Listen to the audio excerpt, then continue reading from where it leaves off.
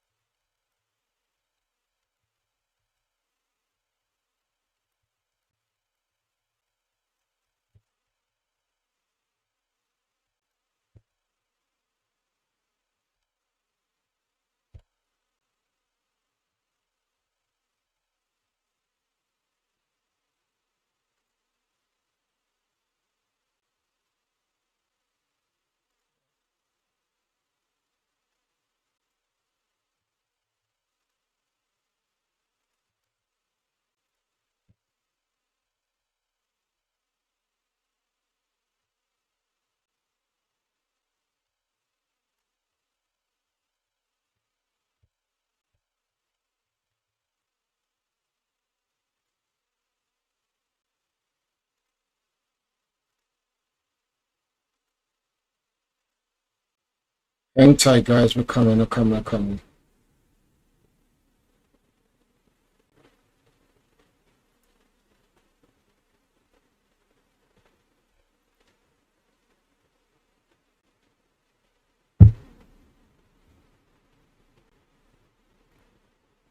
Alrighty then. Let me okay, I'll put that there and make this change here.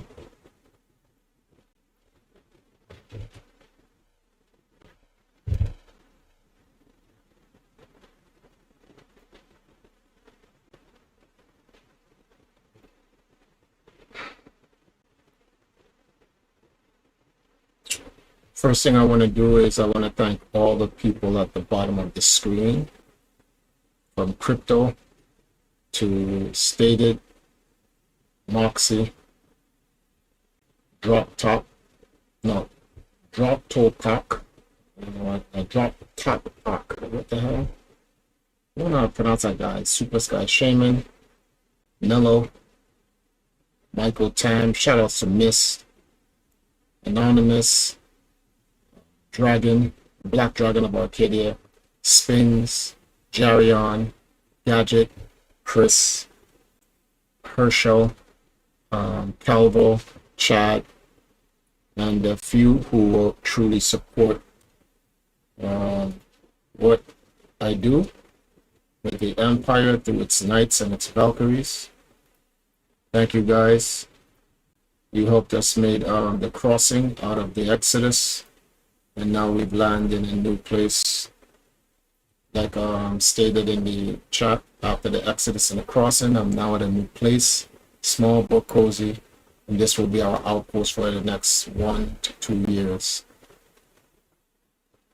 So yeah, this is where we're at. Kinda. I don't know if I can. Let me see something. Yes.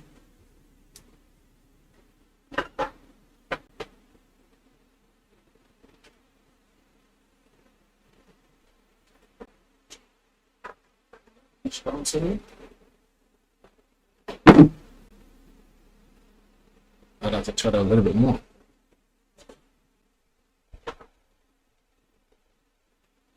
Let's take a look here. All right, that's a little bit better. That's a little bit better.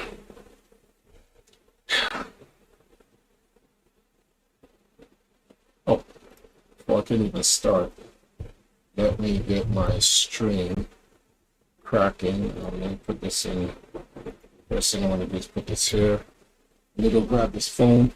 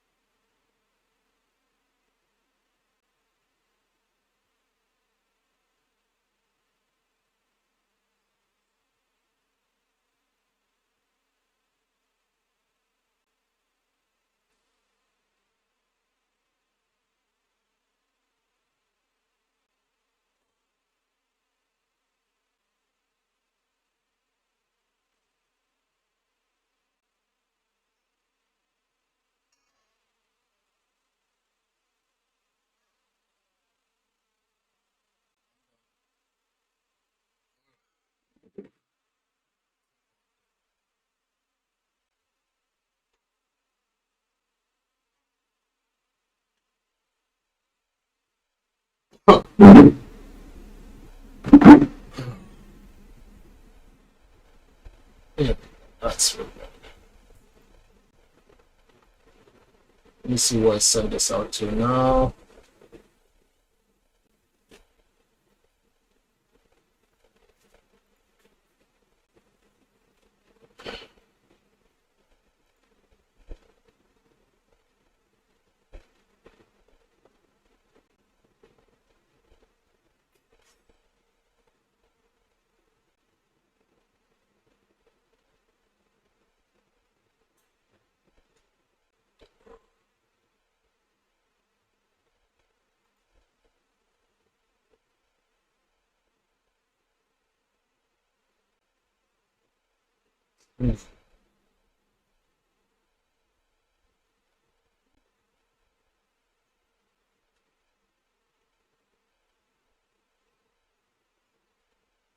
Okay, that's sent out to those people. Now, let me here put these in Discord.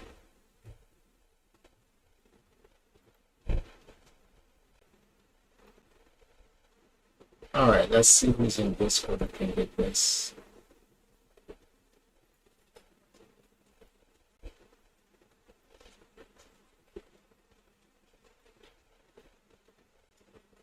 Do, do, do, do, do, do.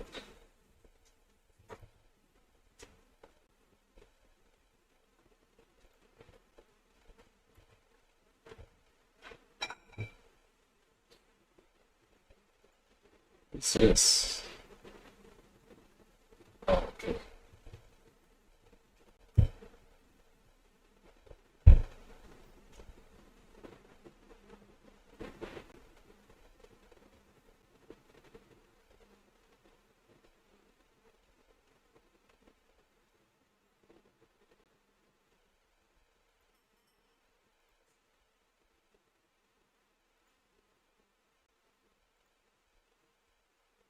Mm-hmm.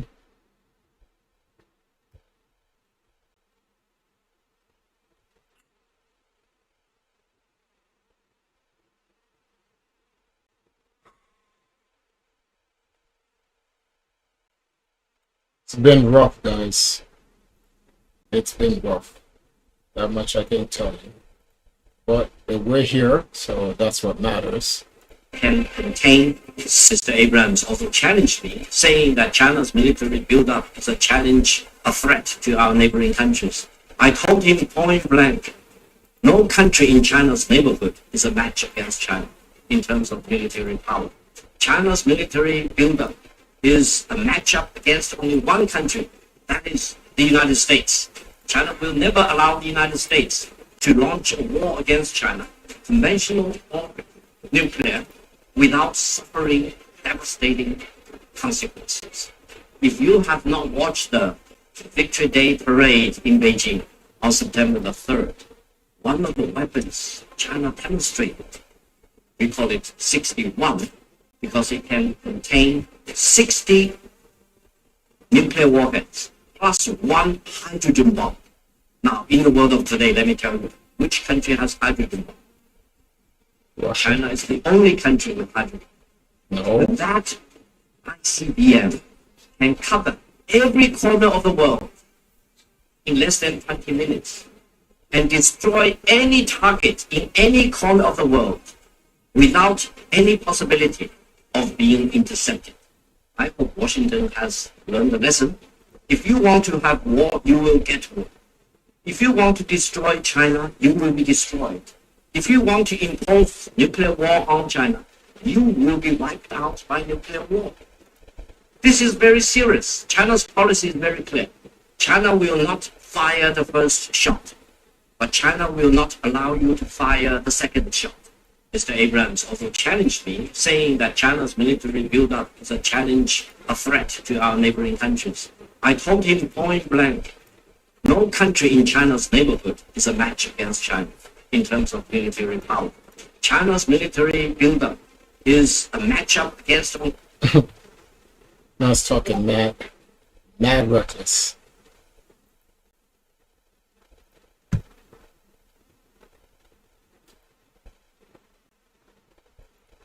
Wait a minute, what was I just doing? Okay, so who's this person?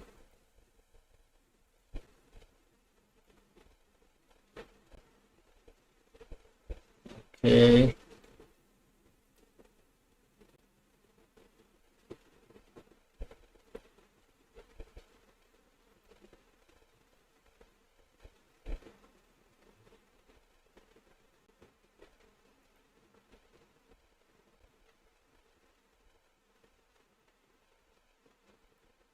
I'm sure a world in doing what?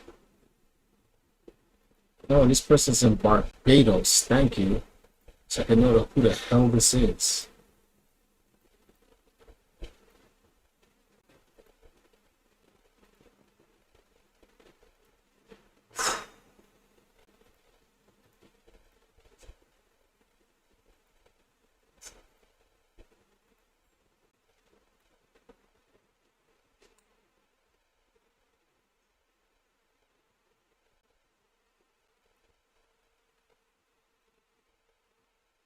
Worst in history. This was largely because many of the replacements were political appointments made to appease various houses, rather than being chosen for valour or skill in arms. Barristan Selby and Jaime Lannister were widely regarded as the only true knights remaining in the Kingsguard. Barristan was a living legend, renowned for his unmatched honour, courage, and martial prowess, earning the admiration of both lords and small folk alike. While Jaime was undoubtedly one of the most formidable swordsmen, his continued position in the Order after his murder of King Aerys was highly controversial. Known as the Kingslayer, Jaime's reputation was tarnished, and many questioned his loyalty and honour, despite his skill. As a result, many throughout the realm considered Sir Barristan to be the only true and honourable living member of the Kingsguard, a beacon of integrity in an otherwise tarnished institution. Did you know Robert's Kingsguard was considered one of the worst in history? This was largely because... Mr. Harris, are you driving? Actually, I'm pulling into my doctor's office, actually. So I'll just give me 1 second. I'm parking right now. Okay. So maybe I don't understand something. This is a driving while license suspended? That is correct, Your Honor. And he was just driving? And he didn't have a license. Oh, Those are the charges, Your Honor, yes. no, I'm looking at his Yeah. record. He doesn't have a license. He's suspended and he's just driving. Mr. Harris, are you driving? Did you know that the Silent Sisters are often seen as the female equivalent of the Night's Watch? When noble families had too many daughters, some were sent to serve the faith as septors, but it was rare for a daughter to be placed among the Silent Sisters, whose order demanded vows of silence and a life of strict, penitent service. In times of war, defeated noble houses sometimes had their men spared execution by being sent to the wall, but since the Night's Watch is an all-male order, women could not take the black. Instead, they were often forced into the Silent Sisters. George R.R. Martin has even noted that women guilty of crimes punishable by death were sometimes offered the same choice: take up the robes of the Silent Sisters or face execution. Did you know that the Silent Sisters are often... Honor is not going to help us save this world. If we have to use evil to overcome a greater evil, well, I can live with that, and so can you. So the matter's settled then. Before we get started, how will removing these restraints and allowing me to get out of this chair? No, I don't think so. Honestly, you expect me to get rid of them all while sitting down? I'm pretty sure you can pull that off even while lying down. You give me too much credit. Right now, I don't have the kind of power. Oh, I think you might be selling yourself a bit short. Run for it! Everyone to the left! A whole and cute. My job really was to make sure Shaq didn't get any trouble. I told Phil I played every 5 games. One time he walked up and said, "Did you take?" I said, "Bro, this game 4." I said, "Come on, man." Travis sitting down there making $22 million. Get that big boy down there. I thought I was going to stay, but Phil told me he had no real estate. I understood that I was stealing $1.3 million. Telling Shaq, young fella. That was my word. Young fella. He ran out of real estate, and the universe told me it was time for television, so I was ready. My job really... You don't trust the loyalty men fully get back. I trust him with my life. Just remember the odds. Smart boy. What's wrong? You're not big old boy. You're sorted.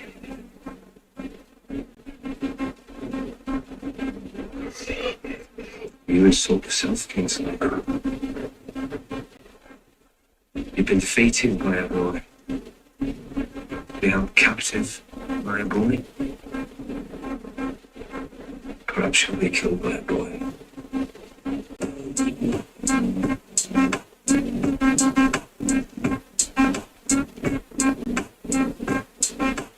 I think BB is completely evil and completely destructive. And he's hurting the United States, and he's destroying his own country, and I think he imperils the world. Okay, so I think that clearly they're going to try to blow up Al-Aqsa Mosque. I believe that on the Temple Mount to build a third temple, and then you've got global war. So, like, he's a threat. But am I madder at him or Lindsey Graham? It's not even close. I was going to mention. Bibi Netanyahu is a foreigner. He's trying to do what he thinks he should do for himself and his country. I get that. What's Lindsey Graham's excuse? What's Ted Cruz's excuse? Ted Cruz says right to the camera, I was elected. My main goal was to help Israel. I came into Congress with the stated intention of being the leading defender of Israel in the United States Senate. Right. I've worked every day to do that. Really? How was Lindsey elected on a platform in which you say publicly, my main goal is to help another country? This is deranged. Where's your self-respect? I don't even think about it. I'm not interested. I'm very interested in how American leaders could betray their own country. That enrages me. I think Bibi is completely evil and completely destructive. And he's hurt. She might be the smartest athlete I've ever seen. In the 2024 Olympic trials, Mia Ali was running in the 100-meter hurdles to qualify for the semifinals. But Ali came up slow, and a lot of people, including one of the commentators, thought that she might have gotten injured. But she was actually just thinking ahead. See, Ali was 35 years old, and at this point, she had plenty of experience in this event. She'd been through the highs of championship wins and the lows of early exits. She knew what it meant to push too hard and too soon. She also knew how unforgiving the track could be to those who didn't respect the limits. So she had learned time and time again to not tire herself out or risk injury in the early rounds. She kept her composure while others sprinted at full speed. There was no panic, no rush, just control. That kind of patience isn't easy to come by, especially on the stage where every second is judged. When she found out that everyone in the race would move on to the next round regardless of what they placed in the race, she decided to take it easy and safe, coming 8 seconds slower. She might be the smartest athlete.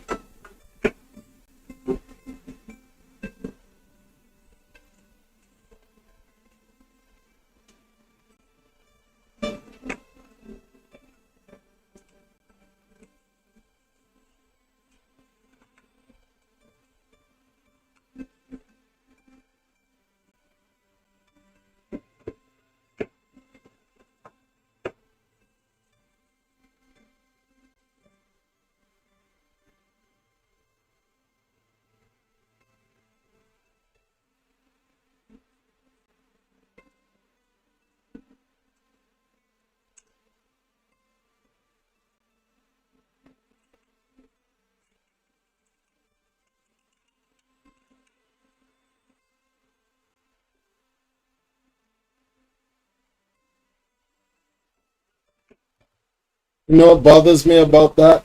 She shouldn't be doing that. Not at that age. It's good to be maybe in her home cooking for her family and their children coming over. But at that age, doing that as a job is crazy. That is crazy. Where's her family? I'm like, I could be wrong. Maybe she wants to do that because she's in her 80s or 90s or even 100. She looks like she's in her 90s or 100. And she just doesn't want to stay home and wither away by not doing anything. So she goes out, she does something. Speaking of which, I got to get my exercise on. But like, it's crazy though. I hope she's just doing that because she wants to do that. 96-year-old grandmother. Miraculously, okay. All right.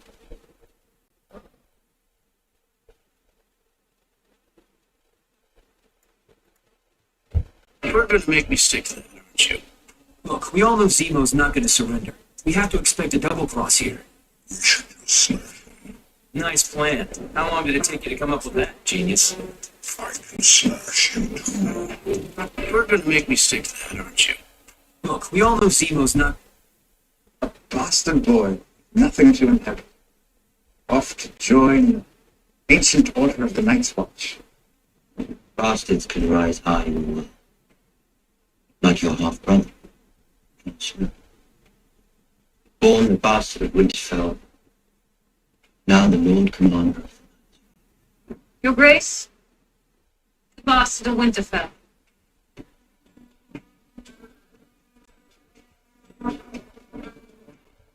That are not comfortable for white people.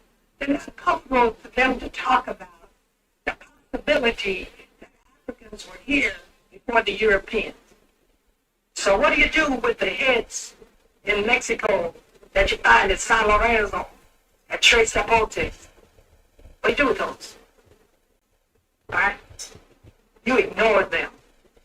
What do you do with Columbus's diary that says the Africans know a way to the west, but it goes around the doldrums? We would never survive. What do you do with that? You ignore it. What do you do with Balboa's diary that says we came upon this African village in the isthmus? How did these Africans get here? Okay. What do you do with that? You ignore it. Why? One second, guys.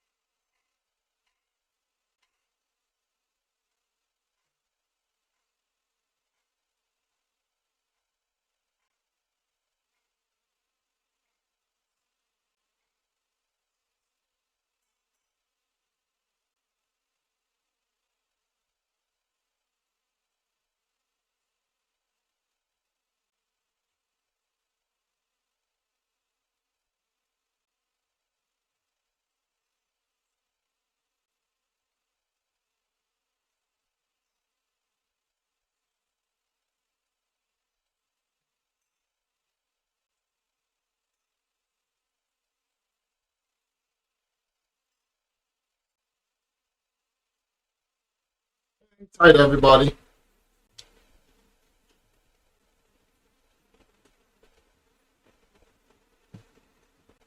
I'm over here making some tuna fish and rice. Hold on.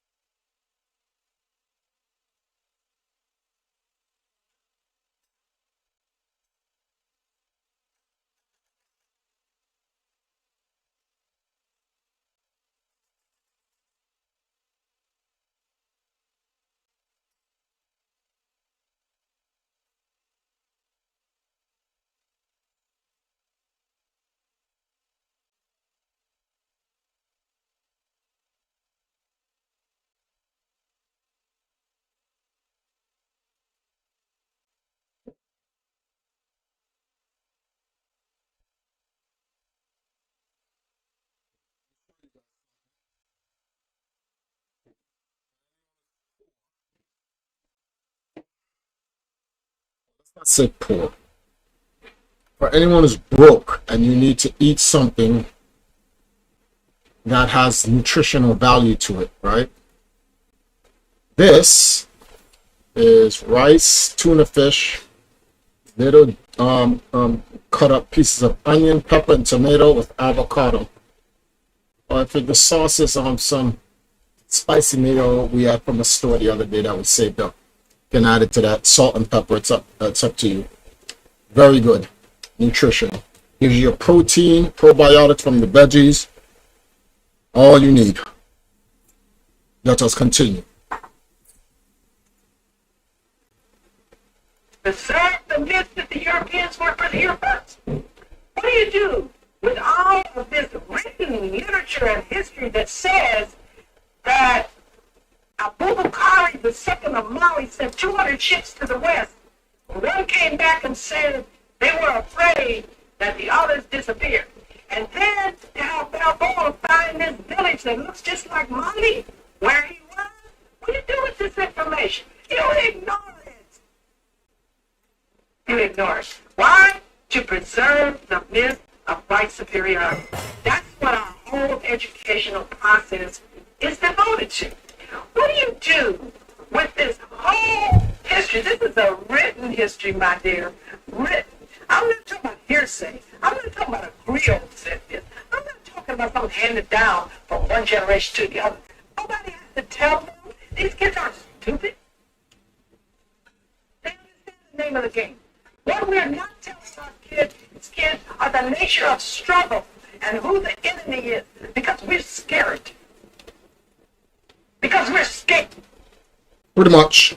You have your star on television, one of them. Yeah, yeah. And then that also, they used to put their hands in the cement there. They still do that? They did, and we got to do it this summer. I think George and Brad were doing it, so they let me do it too. And George called me the night before. Conspiratorial. Yeah, I get big shoes. I'm sorry? I gotta get big shoes? I gotta get the big shoes. And I said, wait, what do you... But I asked him what he meant, and he said that the concrete actually shrinks. And I realized, I had remembered going there, and you go, and you see these footprints of these, and you're like, Robert Mitchum had size 5? I mean, it can't be, you know? John Wayne had girl feet? No. So I looked through my closet, and I got the biggest shoes I had. I wear an 11, but I had a 12, so I got the 12. And it went. And George showed up wearing size 14. Wow. You have your star on the Boulevard logo? Yeah, yeah. And then that also, they used to put their hands in the cement there. They still do that? They did. We got to do it this summer. I think George and Brad were doing it, so they let me do it too. Garth has finally beaten the allegations of being the warrior of oppression. Because in the latest chapter, we see Imu take control of Saturn, and even Roger and Garth are frozen by that overwhelming hockey. But Garth's reaction wasn't fear, it was rage. The moment he saw innocent civilians lying dead across God Valley, something inside him snapped. He immediately called Sengoku, demanding to know what the hell was happening, because he had no idea what the hunt game even is. And you might wonder why he still serves under the world government after witnessing that genocide. Many believe it's because Garp wants the new generation of Marines to lead it the right way, to change the system from within, maybe even as the founder of SWORD, the faction that defies the world government's orders. So tell me, what do you think of Garp now? Garp has finally beaten the allegations of being the warrior of oppression. Because in the latest... This summer, Bill Burr isn't pulling any punches, and his next... These might be the smallest movie theater in the world. Yep, that's a 1080p screen right in front of my face. Netflix, YouTube, gaming, I can see it all right here. Dude, what are you watching? Wouldn't you like to? Has been offering some commentary today on Zoran Mamdani's statement about the 2-year anniversary. And I wonder what the two of you make of it. 2 years ago today, Hamas carried out a horrific war crime, killing more than 1,100 Israelis, kidnapping 250 more, and more in these lives and praying for the safe return of every hostage still held, for every family whose lives were part of barbaric atrocities. In the aftermath of that day, Prime Minister Netanyahu and the Israeli government launched a genocidal war. The death toll now far exceeds 67,000, with the Israeli military bombing homes, hospitals, and schools into rubble. Every day in Gaza has become a place where grief itself has run out of language, and mourn these lives and grief the families have been shattered. Our government has been complicit through it all. This must end. The occupation and apartheid must end. Peace must be pursued through diplomacy, not war crimes. Our government must act to end these atrocities and hold those responsible to account. These last 2 years have demonstrated the very worst of humanity. We must answer it by modeling the very best, the relentless pursuit of our higher ideals and an unwavering commitment to universal human rights. Now, my impression, given some of the reaction on the internet, is that there's a negative reaction to the first paragraph, in particular, in the framing of this 2-year anniversary statement in the context of quote, Hamas carrying out a horrific war crime. Do either of you have immediate thoughts or feelings about this? I don't think in principle there's anything particularly wrong. Also drawing attention to the attacks of October 7th. But I would just say, for an American politician, 1 month out from his election, to put out a statement like this is nothing short of revolutionary. And it shows how much times have changed. I mean, a statement like this would have been inconceivable 5 years ago. Take the statement in total. It's an absolute statement. And the obvious problem with it is it says everything began in October 7th. Had I written the statement, I would have done with for 70, whatever number of years it is now, Palestinians have lived under occupation. 80% of the people of Gaza are refugees in the 1948 war. The situation in Gaza on the eve of October 7th was, as the Economist magazine said, Gaza was, quote, a human rubbish heap. And in those circumstances, October 7th happened. And then I would go on to the rest. Because I don't believe you can understand October 7th, as I'm sure both of you agree. I don't think you can understand it unless you take into account what preceded it. To leave out what preceded it, I'll just give you a simple analogy. So, on so-and-so day in 1831, Nat Turner went out with some 45 other slaves and started to kill white people. And he gave the order, kill all white people. If we started the Nat Turner story from there, I think everybody would say, something is seriously awry. Like, shouldn't we first mention that Nat Turner was enslaved? Isn't that the point of departure? That a human being was born into slavery?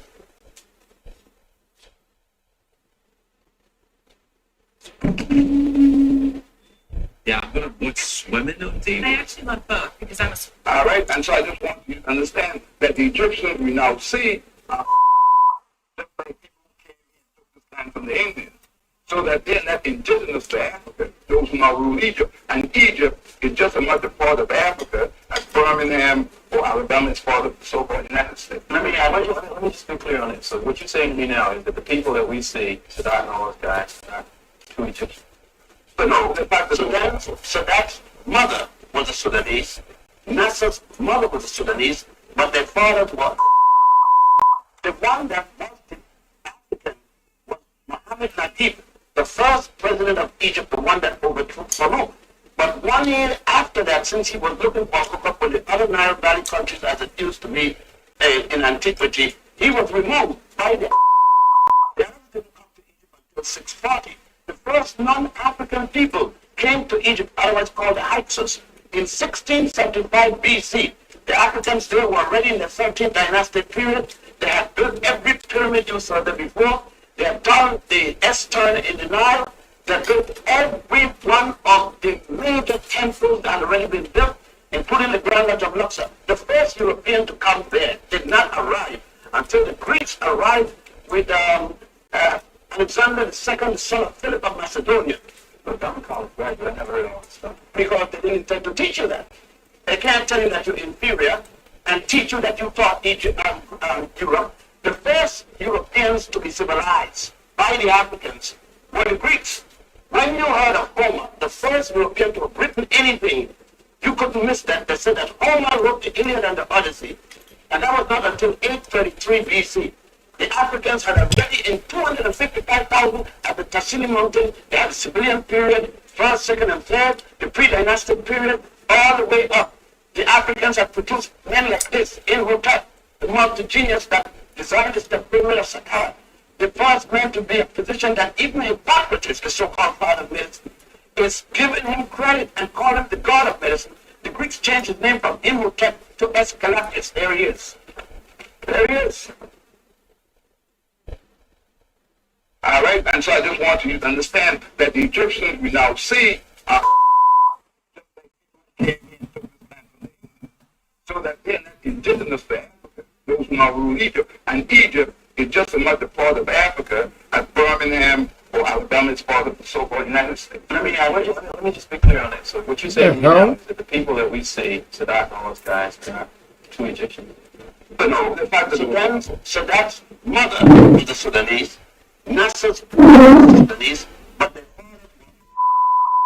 the one that was African was Mohammed Najib, the first president of Egypt, the one that overthrew Farouk. But 1 year after that, since he was looking for a hookup with the other Nile Valley countries as it used to be in antiquity, he was removed by the Arabs didn't come to Egypt until 640. The first non-African people came to Egypt, otherwise called the Hyksos, in 1675 BC. The Africans there were already in the 13th dynasty period.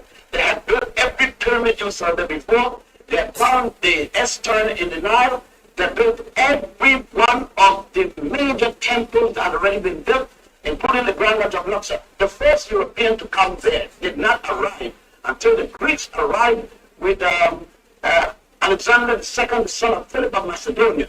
Look, I'm a college graduate, I never heard all this stuff. Because they didn't intend to teach you that. They can't tell you that you're inferior and teach you that you taught Egypt, Europe. The first Europeans to be civilized by the Africans were the Greeks. When you heard of Homer, the first European to have written anything, you couldn't miss that. They said that Homer wrote the Iliad and the Odyssey. And that was not until 833 BC. The Africans had already in 255,000 at the Tassili Mountain. They had a civilian period, first, second, and third, the pre-dynastic period, all the way up. The Africans had produced men like this in Hotep, the multi-genius that designed the pyramid of Saqqara. The first man to be a physician that even Hippocrates, the so-called father of medicine, is giving him credit and calling him the god of medicine. The Greeks changed his name from Imhotep to Aesculapius. There he is. There he is. All right, and so I just want you to understand that the Egyptians we now see are so that they're not indigenous to Africa, those who now rule Egypt. And Egypt is just as much a part of Africa as Birmingham or Alabama is part of the so-called United States. Let me just be clear on it. So what you're saying to me now is that the people that we see, Sadat and all those guys, are not true Egyptians.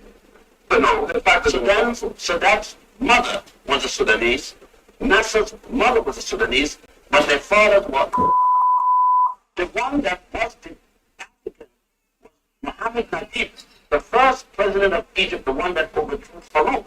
But 1 year after that, since he was looking for a hookup with the other Nile Valley countries as it used to be in antiquity. I've noticed black people have the genius to put the curse word after they say the race of the person. Where white teams, we always put it in front. And if we would just make that little adjustment, we could save so many careers, so many jobs. We could save in the white community if we would just put it after. You never notice that conversation? You know, black guy be like, yeah, I'm standing in, this Asian motherfucker came in, he starts talking about it. You don't even hear it.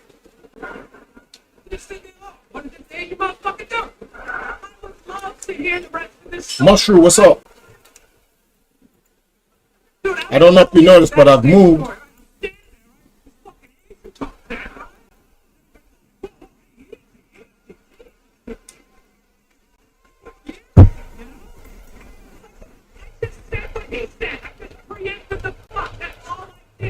He suggested he's looking up for people's mothers. I'm not even doing that. Wait, I've noticed black people have the genius to put the curse word after they say the race of the person. For white teams, we always put it in front. And if we would just make that little adjustment, we could save so many careers, so many jobs. Could be saved in the white community if we would just put it after. You never notice that conversation? You know, black guy be like, yeah, I'm standing in, this Asian motherfucker came in, he starts talking about it. You don't even hear it. Just think, oh, what did this Asian motherfucker do? I would love to hear the rest of this story, right? Dude, I would tell the exact same story. The sun is so far away that if you got in a car and drove, it would take you 171 years of nonstop driving to get there. A passenger plane flying at 900 kilometers per hour would take 19 years to reach it. The fastest rocket ever built, New Horizons, moving at 58,000 kilometers per hour, would take 3.5 months. Light finishes the trip in just 8 minutes and 20 seconds. Now let's zoom out. Our giving it a around 100 billion stars. The average distance between each star is roughly 4 light years. So if you were to travel at the same speed as New Horizons, crossing that distance would take more than 70,000 years. And there are around 2 trillion galaxies. Each one has billions of planets and stars spread across distances so wide that even light takes millions of years to travel between them. So, although the sun may seem huge from Earth, it's really just a tiny speck in an infinite cosmic ocean of stars. And if the sun is so far away. What's the difference between the Porsche 911 GT3 and the GT3 RS? Both are track-focused versions of the 911, powered by a 4-liter naturally aspirated flat-six engine and rear-wheel drive. But the GT3 RS takes everything to the next level. The GT3 is already a beast, around 503 horsepower, razor-sharp handling, and still usable for daily driving. It's lighter, precise, gives you that perfect balance between road and track. The GT3 RS, on the other hand, is built almost like a race car. It has more power, massive aero, and over double the downforce of the GT3, thanks to that huge adjustable rear wing and active air flaps. It's stiffer, louder, and far less comfortable, but on a racetrack, it absolutely dominates. Even though it has a bit more drag, it's quicker around corners and cuts seconds off lap times. Governor Janet Mills suspended the one-to-one needle exchange. This is great. You can't even buy a flavored nicotine pouch in Portland. And I sent a reporter undercover into the exchange in Portland, and he got needles, but he also got a boofing kit. A boofing kit. What's a boofing kit? If you've so thoroughly abused your veins that you can't get. And the boofing kit is a non-needle syringe with some lubricant that you put in your butt. It's called that. We did get a boofing kit. In Maine, you can't get mint-flavored tobacco pouches in some cities, but you can get free boofing kits to squirt Dominican up your and thank God. Needles. Thank God. Governor Janet Mills suspended the one-to-one needle exchange. This is great. You can't even buy a flavored nicotine pouch in Portland. How did you kill those guards? Was it hard? No, other than taking in your name, if you know the way. Show me how. I want to be able to do it too. If you would learn, you must come with me. Where? To Bravos. My dancing master was from Bravos. To be a dancing master is a special thing, but to be a faceless man, that is something else entirely. The girl has many names on her lips. Names to offer up to the Red God. I want to, but I can't. I need to find my brother and mother. And my sister. Then we must part. Here. What is it? A coin of great value. Could it buy a horse? It is not meant for the buying of horses. Then what good is it? If the day comes when you must find me again, just give that coin to any man from Bravos and say these words to him. Valamogules. Valamogules. Please don't go, Jackin. Jackin is dead. Farewell, I stuck. How did you kill those guards? Was it hard? No, other than taking in your name, if you know the way. Show me how. I want to be able to do it too. If you would learn, you must come with me. Where? To Bravos. My dancing master was from Bravos. To be a dancing master is a special thing, but to be a faceless man, that is something else entirely. The girl has many names on her lips. Names to offer up to the Red God. I want to, but I can't. I need to find my brother and mother. And my sister. Then we must part. Here. What is it? A coin of great value. Could it buy a horse? It is not meant for the buying of horses. Then what good is it? If the day comes when you must find me again, just give that coin to any man from Bravos and say these words to him. Valamogules. Valamogules. Please don't go, Jackin. Jackin is dead. Farewell, I stuck. How did you kill those guards? Was it hard? We just ran a big piece last night with my colleague Brent Hackett talking to insiders at CBS News who make the point that some of the stuff that Barry Weiss ran at the Free Press wouldn't even meet CBS editorial standard. They would get fired at CBS for running that stuff. CBS News just is not perfect. I have many criticisms of CBS News, like you do of all mainstream media. But they just ran a very good investigation last week, Piers, about how Israel bombed the flotilla in Tunisia, even denying it was them. But they spoke to US intelligence and showed that actually Netanyahu signed off on a drone strike on the flotilla. Is that the kind of story that Barry Weiss would publish under her reign at CBS News? She's a self-described,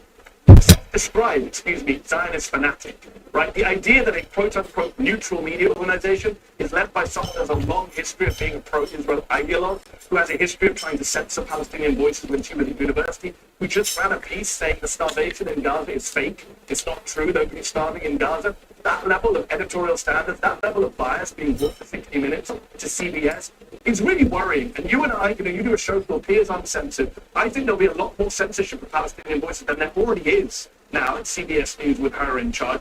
David Ellison, the guy who's hired her, the son of Larry Ellison. Again, the Ellison family is very, very pro-Israel. Larry Ellison is the biggest single private donor to the Israeli military, to Friends of IDF. They've made very clear what their biases are. They've made very clear why they're hiring her. They've made very clear why they're buying TikTok. Because as you said in the introduction, Beard, public opinion is turning against Israel. So these folks are doubling down on messaging, doubling down on trying to control what we see and hear online and on TV. So it's very worrying for those of us who believe in free speech. We just ran a big piece last night from my colleague Prem Thacker talking to insiders at CBS News who make the point that some of the stuff that Barry Weiss ran at the Free Press wouldn't even meet CBS editorial standard. They would get fired at CBS for running that stuff. CBS News just...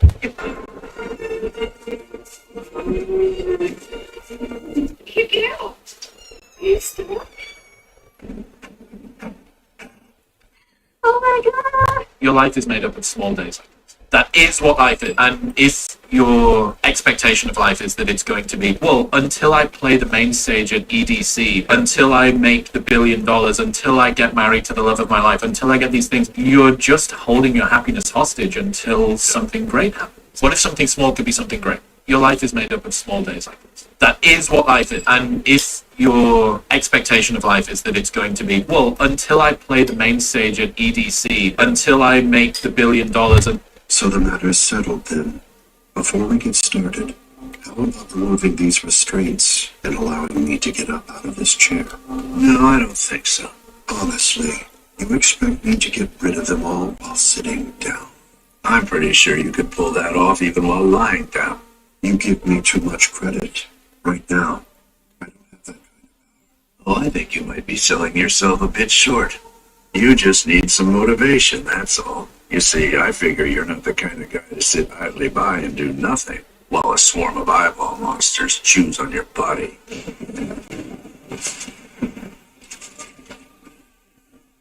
Killwalker, you really are a piece of work. Oh, you're too kind. Huh? Run for it! Everyone to the left, hurry! Huddle number 90. Good Itsugi. So the matter's settled then. In 2014, the qualifying exam for the U.S. physics team had this as question 19. A helicopter is flying horizontally at constant speed. A perfectly flexible uniform cable is suspended beneath the helicopter. Air friction on the cable is not negligible. So which of the following diagrams best shows the shape of the cable as the helicopter flies through the air to the right? Is it A, hanging straight down, B, hanging diagonally to the left, C, this hook shape, D, the inverted hook shape, or E, kind of S bend? I think now, apparently E. There's been a certain amount of controversy about the correct answer to this question. So today, we're going to go up in this helicopter and put this question to rest once and for all. Let's go. Here, I'm deploying a battle rope, like you'd see at the gym. This one is about 15 meters long, and it weighs 20 kilograms. To make sure the rope doesn't come up into the rotors of the helicopter, pilot Craig wanted to keep the rope on our right side so he could keep an eye on it. So we're not going straight forward, we're actually going diagonally forward and to the left. Oh, well, it's just what it is. But you can clearly see the rope is hanging straight diagonally to the left. So the correct answer to the question is B. In 2014, What's wrong with your country? Well, we don't even start by saying The King of Belgium created a slave colony for 30 years. The government of Belgium ran the slave colony for another 40 years. The CIA assassinated your first popular leader, Mr. Lumumba, and then installed another dictatorship for the next 30 years. And then Glencore and others now suck out your cobalt without giving you tax income. We don't reflect on that. We say, what's wrong with you? Why don't you govern properly? What's wrong? A pig? Bring him, ball will come fit. Oh, shoot. Oh, why are we doing this to Mike? The poor man. Daddy, please. I come to that, I'll pull my hamstring. Come on, let's have a go at it. Let's have a go at it. Come on, Tierney. Can you do it again? I don't know if I can flick it, but I mean, come on. The thing is, first and foremost, already, like I was saying,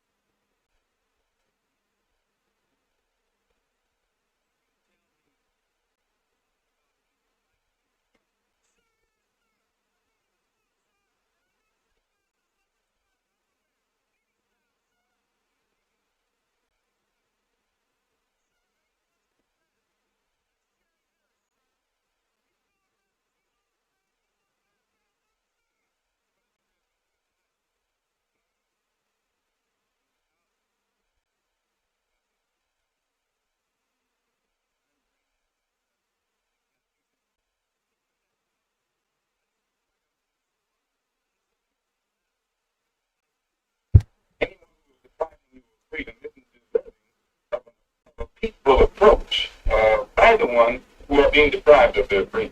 And when black people in this country come out from under the mental straitjacket that the Negro clergymen have placed them in, and begin to see that the only way you can get freedom is to get it the same way the white man in this country got it from England.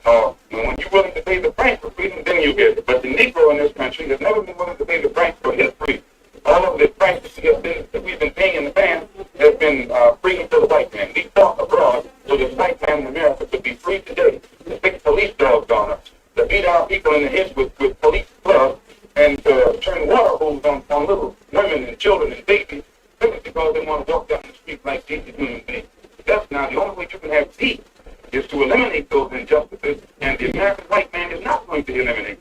He's going to talk that pretty talk, but he'll still continue to practice those inhuman deeds. Anyone who is depriving you of freedom isn't deserving of a peaceful approach by the ones who are being deprived of their freedom.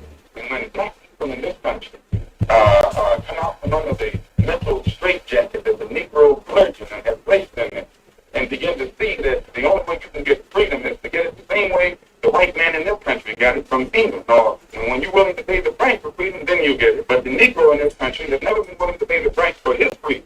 All of the price that we've been paying in the past has been freedom for the white man. We fought abroad so this white man in America could be free today to stick police dogs on us, to beat our people in the head with police clubs, and to turn water hoses on little women and children and babies simply because they want to walk down the street like decent human beings. That's now the only way you can have peace is to eliminate those injustices, and the American white man is not going to eliminate. He's going to talk that pretty talk, but he'll still continue to practice those inhuman deeds. Anyone who is...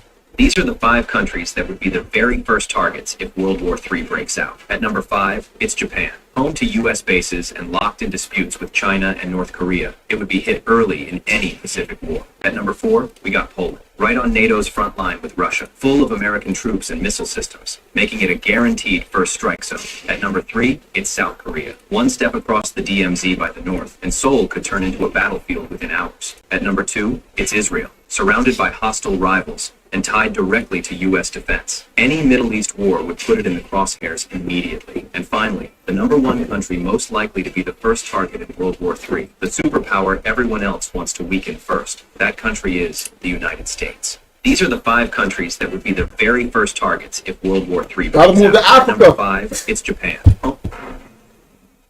Welcome to the Delta Squadron. Congratulations. For a while there, I didn't think you were going to make it. There was a strange phase variance in the radiation stream. You may begin evacuation procedure. I'm afraid I found it. Yeah. Your account number the year is 2351. Since the 2022nd, the wormhole is already not just inspected by the time. You're transported into 20 years in the past. Better than spending the next 70 years trying to get back. I know you just we are, but clearly we can't go back.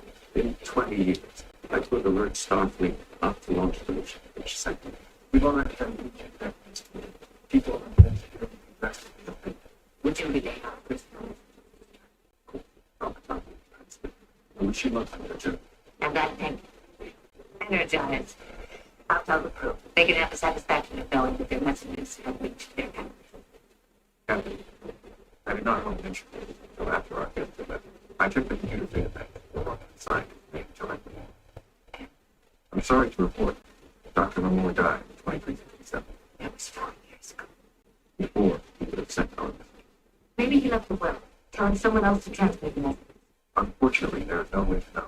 Then let's move on. We've got a long way to go.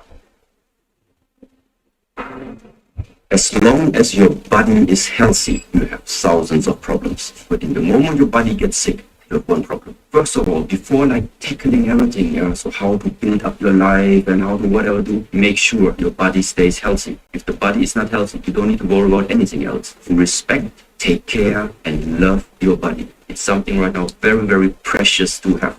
As long as your body is healthy, you have thousands of problems. But in the moment your body gets sick, you have one problem. First of all, before tackling everything, so how to build up your life and how to whatever do, make sure your body stays healthy. If the body is not healthy, you don't need to worry about anything else. Respect, take care, and love your body. It's something right now very, very... I recently just read that y'all grew up Jehovah's Witness, so you like, no, we didn't. You did. Okay. Marlon Wayans owns up. My dad had 10 kids and no money. That's why he skipped Christmas. I think my dad is a witness. My mom wasn't having that shit. My mom was like, I'm baptized. We like Christmas.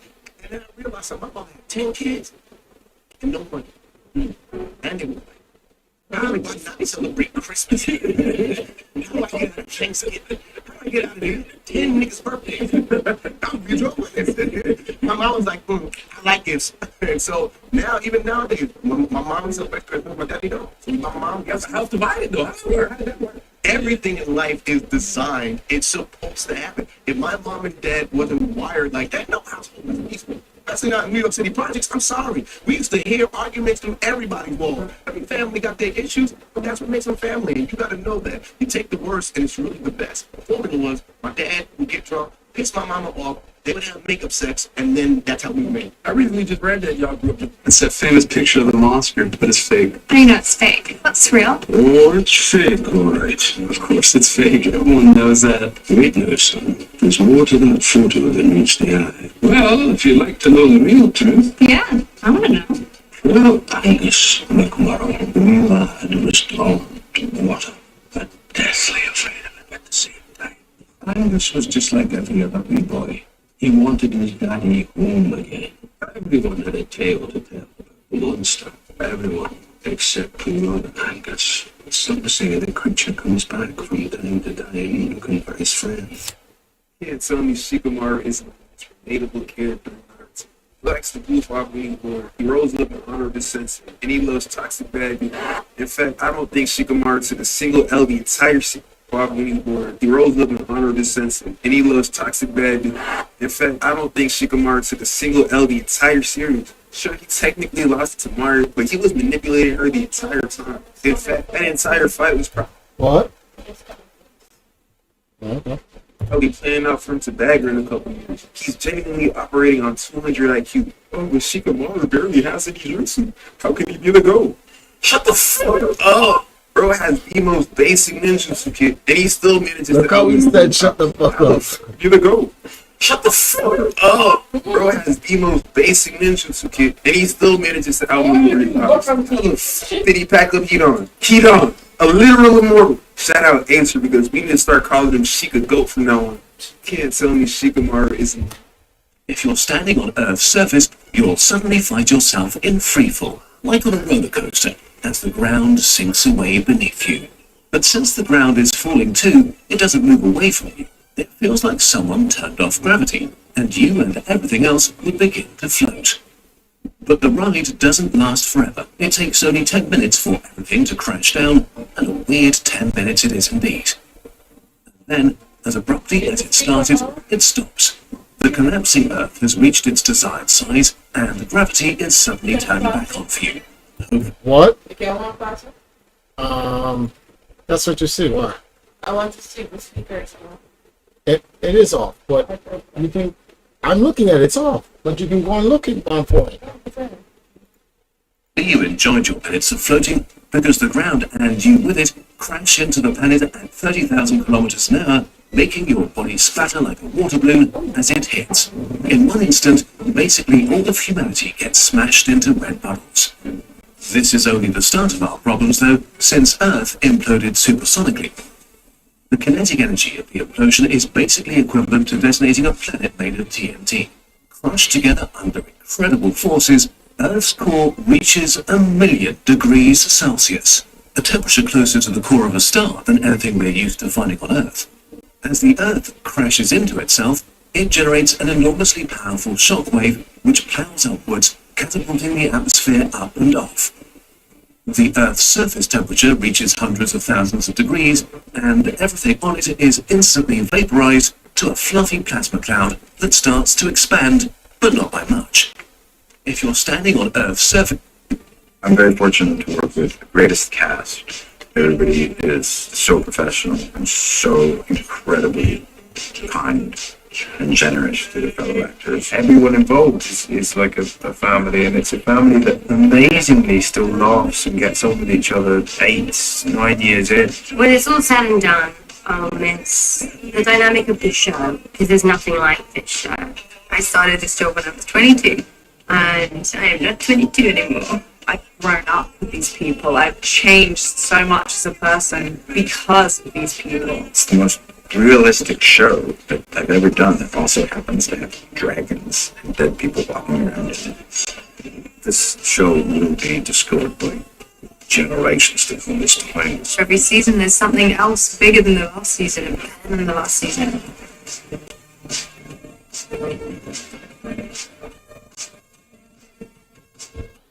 Sit on your bed one day and ask yourself, what remarkably unique things am I doing on a regular basis can absolutely spark. And if you actually ask that question, but you have to want to know the answer, right? Because that's actually what asking the question means. It doesn't mean just mouthing words. It means you have to decide that you want to know. You'll figure that out so fast.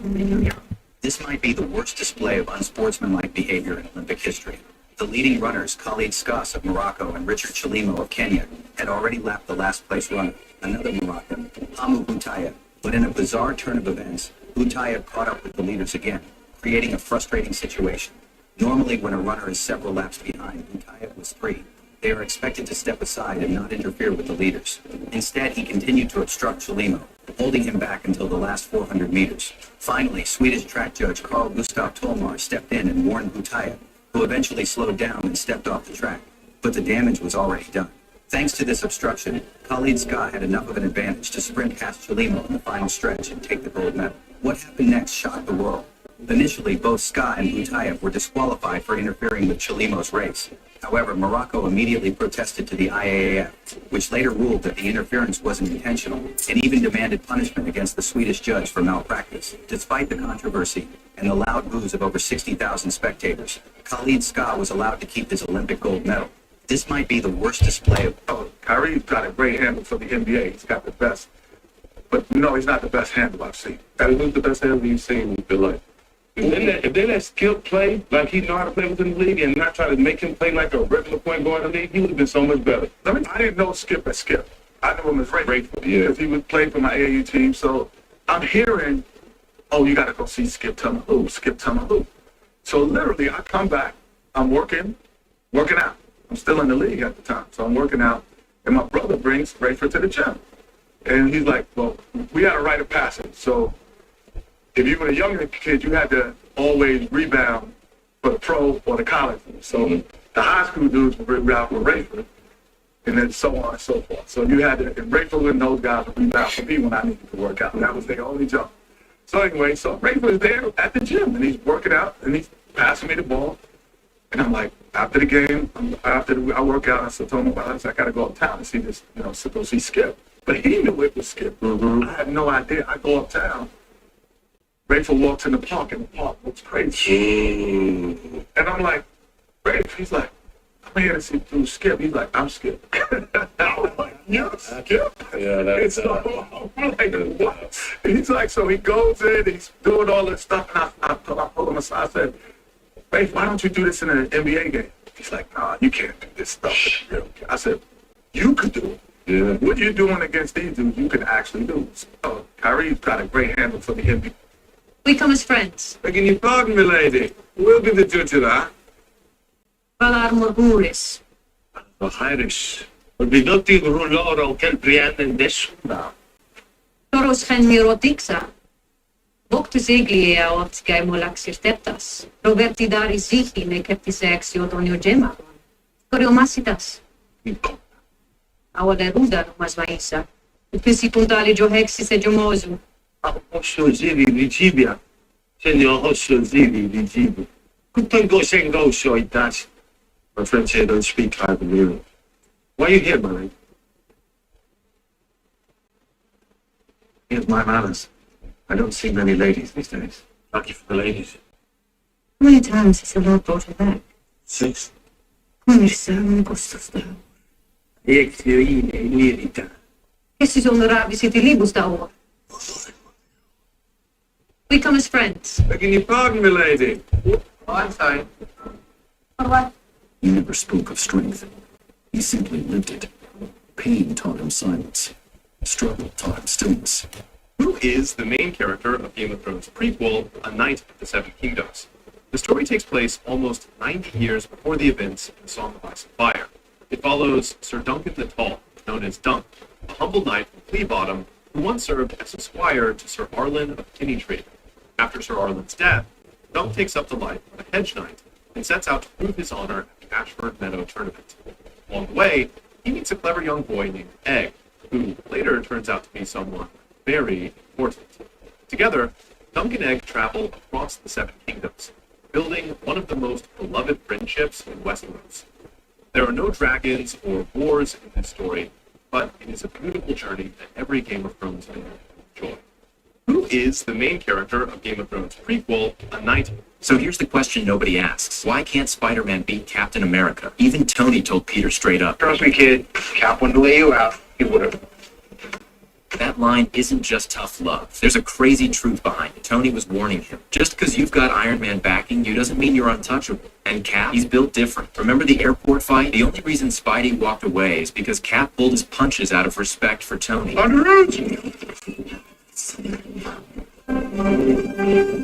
if Cap actually went full throttle, forget it. The guy's a battlefield genius. Super soldier reflexes. Insane experience. He'd use the environment and pick Spider-Man apart. Meanwhile, Peter's still green. Too dependent on his web shooters. Not enough real fight IQ. And here's where it gets wild. Cap's the same dude who went toe-to-toe with Thanos. Straight 50-50. No stones, no tricks. Just raw grit. So now the real question is, which Spider-Man version, if any, could actually survive a fight with Captain America? So here's the question nobody asks. Why can't In 1986, a Japanese diver was exploring the waters off Yonaguni Island. He wasn't searching for history, Hey, just drop top. coral and fish. But as he drifted down, something massive. Good, some people to talk to. What the hell?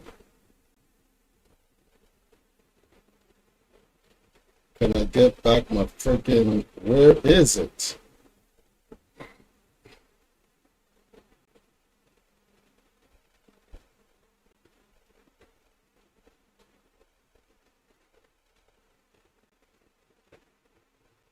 One second, guys. I have to wait for my cursor to come back. It just vanished.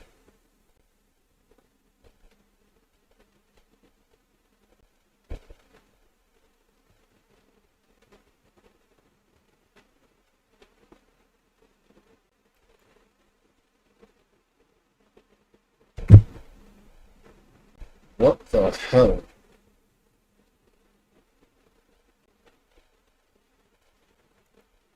In 1986, a Japanese diver was exploring the waters off The hell? Yonaguni Island.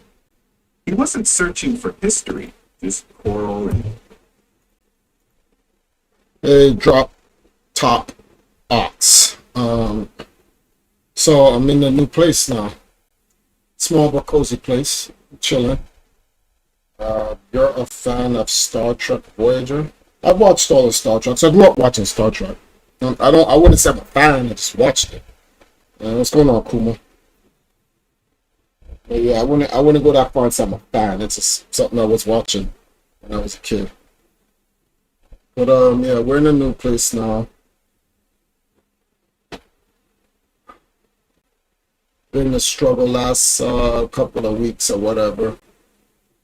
So had some people come through and help out big time at the last minute. Key-san, what's up? I'm over here just chilling, really testing the streams to see how it would work if I streamed. Looks good. Still tired though. Drop some questions in the chat, guys. Let me know what y'all want to talk about. I'm over here just doom scrolling. fish. But as he drifted down, something massive appeared beneath him. Giant stone steps, perfect terraces, even what looked like a pyramid. He had found something that shouldn't exist, a city beneath the sea. The diver's name was Kihachiro Adatake. He took his camera, swam closer, and captured what became one of Japan's biggest mysteries. Experts rushed to the site. Some called it proof of an ancient lost civilization, maybe 10,000 years old. Others said it was only rock shaped by the ocean itself. Years passed, but no one could agree. There were no tools, no carvings, no pottery, only silence and stone. Still, the lines looked too straight, the walls too precise. Even now, scientists argue, is it nature or something? I hate AI.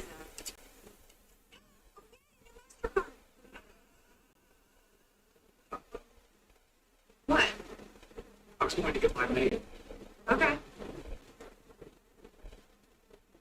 Are you hoping to get it telepathically? I think you mean telekinetically.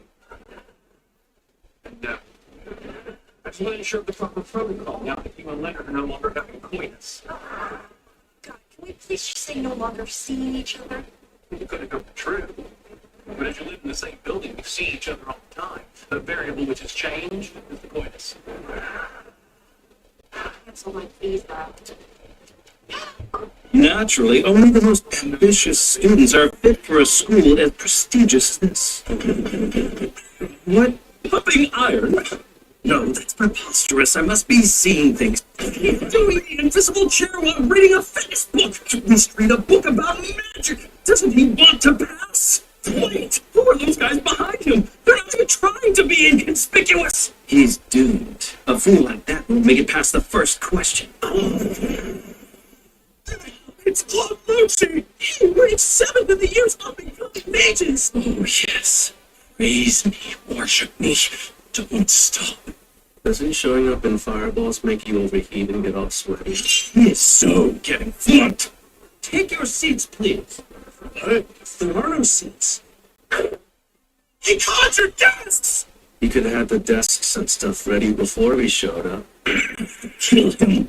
Naturally, only the most ambitious students are... Heartbreak can hurt, but it can also make you stronger.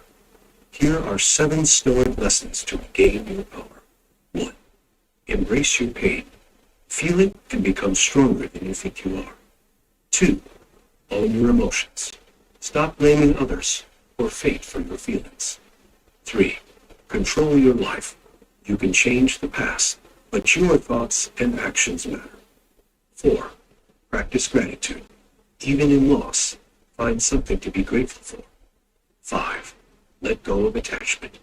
Free yourself from love's weight. 6. Build your inner fortress. Your mind remains unshakable. 7. Step into your new life. Rise from heartbreak and reclaim your power. Watch my full video.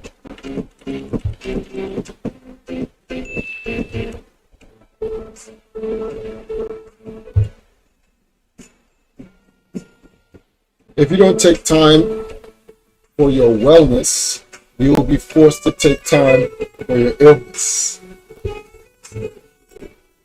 Okay? So Bleach anime fans are crashing out for one reason, and that's because Ichigo got caught gooning to Rukia and Orihime. Now, we all know that before going to the Soul Society, Ichigo left his body to Kon to basically cosplay him for a couple of days until he returned. And Kon obviously did some questionable things with his body when he was gone, which we already covered in another video. Well, anyway, at the end of the Soul Society arc, after terrorizing the whole Soul Society, when Ichigo finally came back to the world of the living, he was welcomed by this scene with the mention of Rukia and Miss Sunshine. Now, it was obviously Kon who was having the absolute cinema dream of his life, which got ruined by Ichigo. But who cares about Kon, since after all, it was Ichigo's body? So fans started giving him some unique nicknames. So Bleach anime fans are crashing out for one reason, and that's because... What if the god worshipped by... Why they do that to Ichigo? billions isn't the true God at all? The ancient Gnostics believed the world itself was a prison designed by a false creator they called the Demiurge. In this video, we'll explore who the Demiurge is, why Gnostics thought he was behind all the suffering in the world, and how this idea still echoes in our culture today. If you've ever wondered why reality feels rigged, this might be the most important explanation you'll hear. Look around. War, injustice, corruption, endless suffering. If an all-good, all-powerful God designed this world, why does it look like such a mess? For Gnostics, the answer was simple. The true God didn't make this world at all. The creator people worship, he is a counterfeit. The word demiurge comes from Greek, meaning craftsman or builder. In Gnostic thought, he's a cosmic imposter, the being who shaped the material world, but not out of divine wisdom, instead out of ignorance and arrogance. The demiurge believes he is the only God, but he's blind to the higher, hidden realm of the true source. This world, according to Gnostics, is not heaven's masterpiece. It's a cheap knockoff, a flawed system designed to keep human souls trapped in cycles of suffering, distraction, and control. That's why life feels so heavy, like there's always something just a little off. It's not an accident. It's architecture. The demiurge doesn't work alone. He has helpers, known as archons, rulers and enforcers who maintain the system. You see them in corrupt institutions, dogmatic religions, manipulative media, and even in our own inner voices of fear and self-doubt. To the Gnostics, these archons weren't just metaphors. They were real powers working to keep humanity blind. But the Gnostics didn't stop at despair. They taught that the divine spark within us doesn't belong to this false world. It comes from beyond, from the true God, the source of all light. Salvation isn't about pleasing the demiurge. It's about awakening, remembering who you really are, and escaping the trap. So the next time the world feels broken, remember, maybe it was designed that way. The question is, will you stay asleep in the demiurge's system, or will you wake up and see it for what it is? If you found this eye-opening, subscribe for more hidden truths from Gnosticism. And if you want to understand who the Archons really are, that's the focus of my next video. So don't miss it. What if the god... That firebombing of Tokyo happened in one night. I think it's 80,000 Japanese are incinerated. Okay, let's talk about brutality. Now, the reason why Americans did that is because they knew the alternative was sending American kids onto Japan who would die doing that, And so the decision was it was better to kill a lot of Japanese civilians than it was to kill American soldiers. And that's also the reason they went into the atomic bombing. That's controversial, right? The American why did they drop atomic bombs on the Japanese? And there was no disagreement about that in the United States at the time, because it was a question of, are you going to send American young men your age, and millions of them would have died hitting the home islands, or are you going to do the bombing? And of course the Americans did the bombing. So there's brutality all around in this war. That firebombing of Tokyo, to get space. What if the god worshipped by billions? that To get spacecraft traveling close to speed of light, then distance is shrunk from your perspective. The one number I always have in my mind is that the Large Hadron Collider is the protons go around the ring, which is 27 kilometers in circumference, and they go around at 99.999999% speed of light, so close to the speed of light. At that speed, distance is shrunk by a factor of 7,000, and so that ring is something like 4 meters. According to laws of physics, if you can build a spacecraft that goes very close to the speed of light, you can shrink the distance to the Andromeda Galaxy, and therefore the time it takes to get there. You could traverse across that distance in a minute, according to physics. However, the downside is that if you came back to the Earth at that speed to tell everybody what you found, at least 4 million years would have passed on the Earth. So there's kind of a downside to it. We could, in principle, explore the galaxy and beyond, but getting to chat to everybody about what we found is forbidden. To be a spacecraft traveling close to the speed of light, then 5 stoic reminders when life feels hard. 1. Control what you can. Let go of the rest. 2. You suffer more in imagination than in reality. 3. Hardship is training, not punishment. 4. Everything is temporary, even this moment. 5. True strength comes from your mind, not from outside events. The Stoics endured wars, exile, and loss, yet they wrote words of calm, clarity, and courage that still guide us today. Life will test you, but you can meet it with wisdom. Breathe, remember these truths, and take the next step forward. Subscribe for more Stoic wisdom. 5 Stoic reminders when life feels. What stuck out to you, and do you think it is a piece of land? Obviously not. There is no so let me just say whatever the proposal that's been proposed is a proposal really for the gods of the era, or put it another way, a proposal for colonization, permanent occupation with siege, permanent marginalization of Palestinian self-determination that'll never be realized under the framework of peace, right? And we've seen this before. It was called Oslo. We've seen this before, where a plan that is sold to the world as ushering peace becomes both the veneer, right, under which Israel can continue its settler colonial expansion, but insist that it's part of a process for peace, but also not only just the veneer, more than that, it becomes the mechanism, right, in order to be able to shut down all forms of advocacy. Where, because of Oslo, right, anything you do at the ICJ or the ICC becomes counterproductive to peace. Calling Zion. Now, this is all the money Niska gave us in advance. You bring it back to him, tell him the job didn't work out. We're not thieves. But we are thieves. Point is, we're not taking what's his. And we'll stay out of his way as best we can from here on in. You explain that's best for everyone, okay? Keep the money. Use it to buy a funeral. It doesn't matter where you go or how far you fly. I will hunt you down. The last thing you see will be my blade. Dark.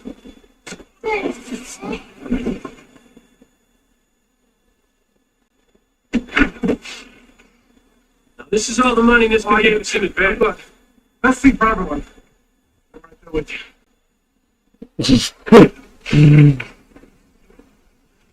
Now, this is all the money Niska gave us in advance. You bring it back to him, tell him the job didn't work out. We're not thieves. but we are thieves. Point is, we're not taking what's his. And we'll stay out of his way as best we can from here on in. You explain that's best for everyone, okay?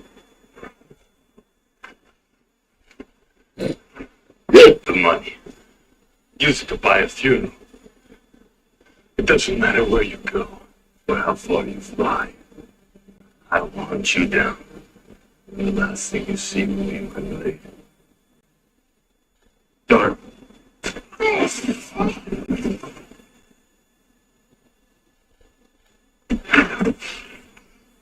Now, this is all the money this guy gave us in advance. Look, let's see for everyone. I'm right there with you.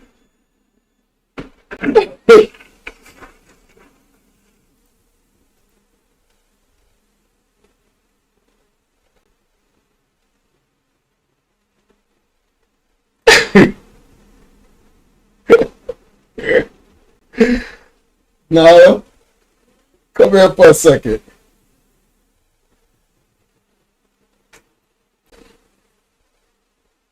I want you to watch this foolishness. Now, this is all the money this guy gave us in advance. You bring it back to him, tell him the job didn't work out. We're not thieves, but we are thieves. Point is, we're not taking what's his. And we'll stay out of his way as best we can from here on in. You explain that's best for everyone, okay? Keep the money. Use it to buy a funeral. It doesn't matter where you go or how far you fly. I will hunt you down. And the last thing you see will be my blade. Dark.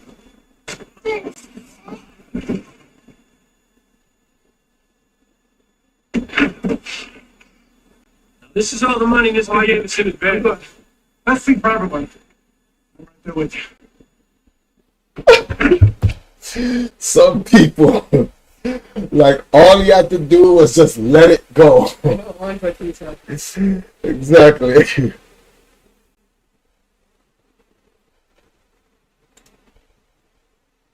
The most practical handling of a threat I've ever seen in a movie, ever. I love a goon with actual survival instincts.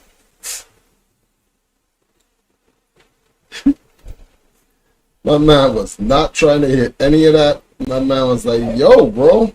Have you ever felt like someone was pulling your strings? It's like you agreed to something you didn't really want. Got swept up in an argument that left you feeling drained and confused. That's the subtle, draining power of manipulation. It preys on our emotions, our insecurities, and our desire to be liked. What if I told you there's an ancient, battle-tested shield you can use to protect yourself? It's a fundamental principle from Stoicism. For generations, we have been guided by the judgment of your forebears. Why should we now follow a boy younger than my own sons? I take to heart your words, Lord Piper, and I agree, I am young. And I have no love for Daemon Targaryen. He has dishonored himself and the crown of his comportment here. Nevertheless, I see no reason to cast aside loyalty. No matter how loathsome I may find her representative, the Prince. King, mind your tongue, boy. We have our own. I am Lord Paramount of all the river houses, and there is only one answer for the crimes you visited upon your neighbors. If his grace wishes to show contrition for his acts, denounce your crimes, and dispense justice. I've been faithful. For generations, we have been guided by the judgment of your forebears. Why should we now follow a boy younger than my own sons? I take to heart your words, Lord Piper, and I agree, I am young. And I have no love for Daemon Targaryen. He has dishonored himself and the crown of his comportment here. Nevertheless, I see no reason to cast aside loyalty. No matter how loathsome I may find her representative, the Prince. King, mind your tongue, boy. We have our own. I am Lord Paramount of all the river houses, and there is only one answer for the crimes you visited upon your neighbors. If his grace wishes to show contrition for his acts, denounce your crimes, and dispense justice. I've been faithful. for generations.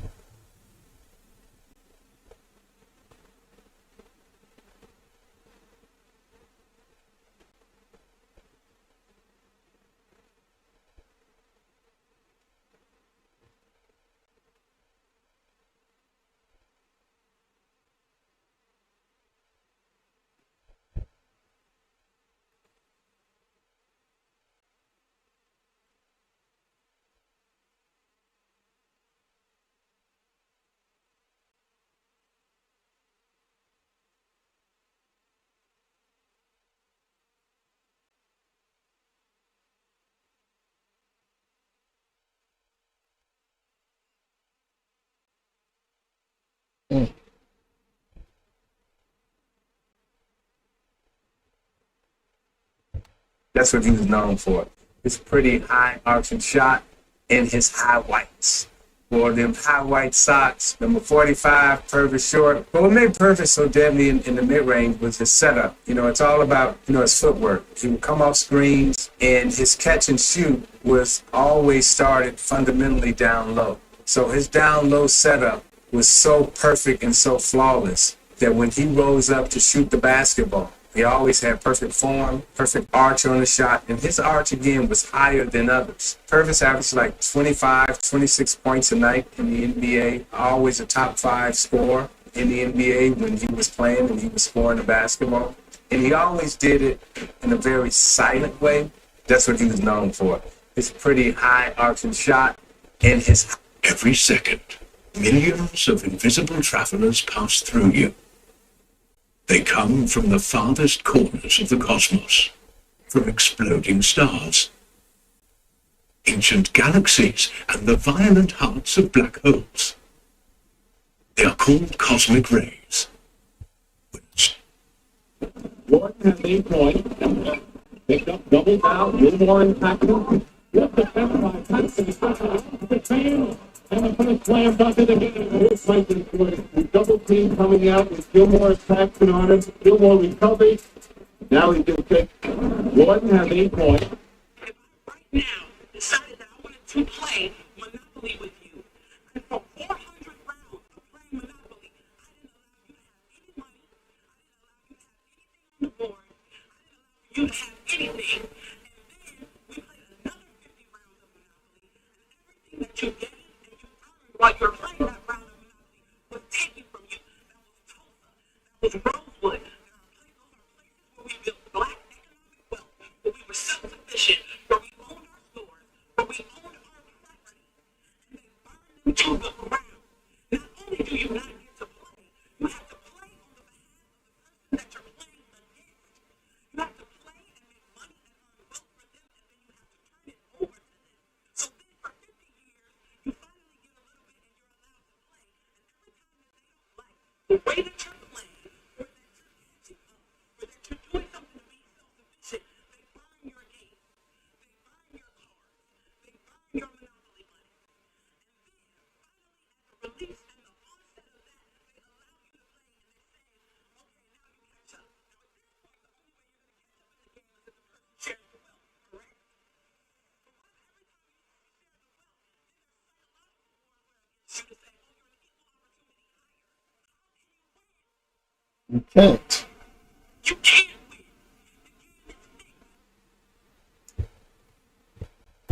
The only way to win is to sacrifice your life, set up your own sovereign infrastructure for the next generation to win the game for you. That's me. My life is over. My life ended a long time ago, like 15 years ago, in the second dynasty of the Empire. Now I'm just, and that's crazy because in the first 2 dynasties, I was sacrificing my young life for the next generation and all those guys. And most of those guys threw it away. Threw it away to become game testers for companies and whatnot, and all this other stuff, and or just streamers. Gave it all away. I was trying to tell them, none of you guys have to leave the Empire to go do what you want to do. You can continue to do what you're going to do without leaving the Empire. It's funny, these young girls that I'm working with the Valkyries over here, they get it. I even tell him, hey, listen, whatever you're trying to do on the side, do that. You was going to do that regardless, whether the Valkyries was here or not. But you don't have to lead the Valkyries either. You can do both. Gotta run in both tracks. They get it, but the guys did not. Well, not all of the guys. I'm just talking about the knights in general. Some of the guys got it. It's just unfortunately not enough of us. But yeah. Professional food hacker, and one of my followers told me that I need to talk. Shut up. Barda, do you remember what day your son was born? No, but that was a long time ago. It wasn't, and Bardock was pretending not to care. And it is understandable because what's the use of connecting with your son if he's going to be sent away because of his weak battle power? Bardock is a warrior and has to be strong and soldier on. Worrying about kids that were gonna be taken from him was gonna slow him down. But deep down, Bardock is a father who loves his son. He would have loved to train him and make him stronger than himself. Only an average power level. Thought you were special. Barda, do you remember what day your son was born? At first, it looks like a flow of mud, but it's actually the process of pouring concrete on a steep slope. The concrete is intentionally released from the top in stages, using molds or temporary channels that work like steps. This way, every section gets filled without needing to pump it one by one. It's a common technique for mountain area construction. Faster, less labor-intensive, and still strong and reliable. At first, it looks like a flow. There's a scene in Dragon Ball GT that nobody talks about, and once you see it, you'll understand why. Goku, stuck in hell, ambushed by two of his deadliest rivals, Frieza and Cell. It should have been iconic, but instead, it was awkward. The animation was rough, the setup made no sense, and from the moment it started, you knew this wasn't gonna live up to the hype. Frieza calls Goku cute for being a kid again. Okay, he and Cell power up, and it looks like we're about to get something special. But then, nothing. Goku doesn't even bother going Super Saiyan, and somehow, that's enough to make them both nervous. Frieza fights like he's never thrown a punch in his life. Cell laughs at him for it, and they both collapse into parodies of themselves. Cell blows off his own upper body with his attack. Frieza gets sliced in half. Again, sure, those were callbacks, but callbacks aren't new. And then, out of nowhere, Cell blinds Goku with a solar flare, almost absorbs him. For a second, GT had Cell one move away from being stronger than Vegeta. Imagine that. Cell with Goku's power. It would have ended GT before it began. But of course, it didn't happen, and maybe we should be glad it didn't. Instead, he and Frieza pull out a random combo move, the Almighty Light Cage, which raises a bigger question. Did they train together for this? Were they really practicing tag team techniques in hell? And after all that setup, they didn't even finish Goku. They just tossed him deeper into hell. Like, that was the big master plan. It only gets weirder. The so-called torture is random nonsense that shouldn't have phased Goku at all. Then he gets frozen solid. For a moment, it looks like Cell and Frieza actually won, but nope. Goku breaks out, freezes them instead, tips them over, shatters them like ice cubes, and the fight's over. No Super Saiyan, no new tricks, no payoff. This was supposed to be one of GT's highlights. Instead, it was one of its biggest letdowns. The hell scene wasn't just strange, it was a mistake. There's a scene in Dragon Ball. They call it Yardis, a financial company, a trading community, a stable investment platform. But behind the polished words and fancy presentations lies a story that's been told hundreds of times. Before, the story of promises, lies, and lost money. Katie Porter, you can't be fat, stupid, and mean. Can I say that? You can't be fat, stupid, and mean. If you fat, you at least gotta be nice or smart. Katie Porter is all of the combination of stupidity that you can actually have in a person. What do you say to the 40% of California voters who you'll need in order to win, who voted for Trump? How will you think? Well, what about you think you're going to get 60% of the vote? You think you'll get 60%? Everybody who did not vote for Trump. Hold on. I'm not really, stop. I'm not really trying to make fun of her looks, but dang. I'm going to try to win every vote I can. And what I'm saying to you is that. Well, to those voters. Okay, so you. I don't want to keep doing this. I'm going to call it. Thank you. You're not gonna do the interview with them? Nope, not like this. I'm not. Not with 7 follow-ups to every single question you ask. Every other candidate has answered. I don't care. I don't care. I want to have a pleasant, positive conversation in which you ask me about every issue on this list. And if every question you're going to make up a follow-up question, then we're never going to get there. And we're just going to circle around. I'm an investigative I've never had to do this before, ever. You've never had to have a conversation with an interview. Okay, but every other candidate has done this. What part of I'm me? I'm running for governor because I'm a leader. So I am going to make. So you're not going to answer questions from reporters? I don't want to have an unhappy experience with you. And I don't want this on camera. I don't want to have an unhappy experience with you either. I would love to continue to ask these questions. One thing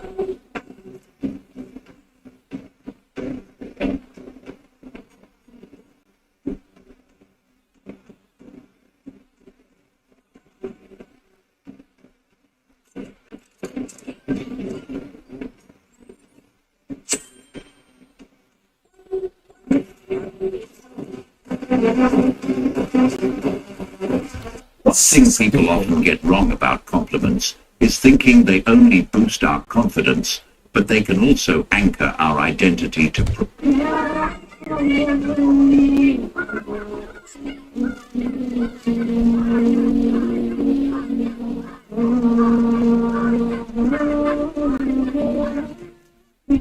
He was 6 kilometers away from Olympic glory when out of nowhere, a man tackled him from the side and threw him into the crowd.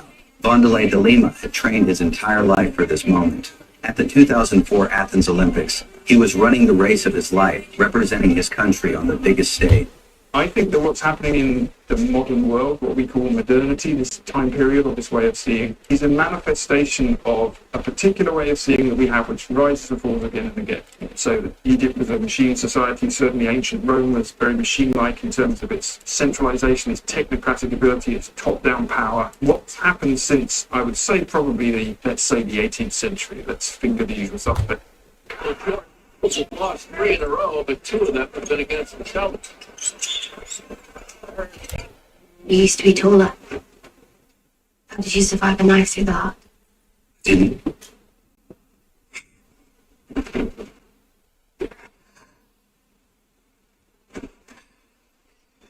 You still have it. Needle. Have you ever used it? Once or twice.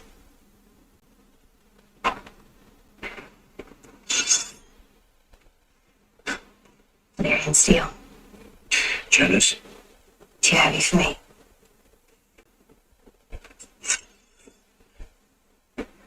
Where were you before? I could have used your help with Sansa. She doesn't like your queen, does she? Sansa thinks she's smarter than everyone. She's the smartest person I've ever met. But you're defending her. You. I'm defending our family. So is she. My family too. Don't forget that. You used to be taller. How did you survive?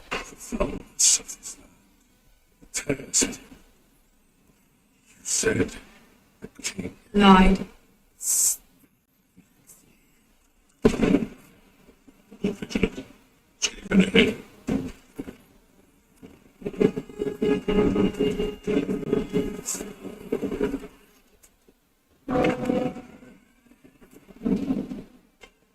Thoughts of this land tears at him. Mercy.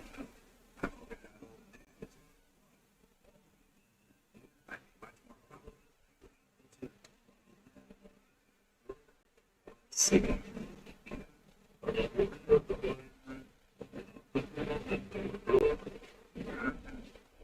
Sorry, but I.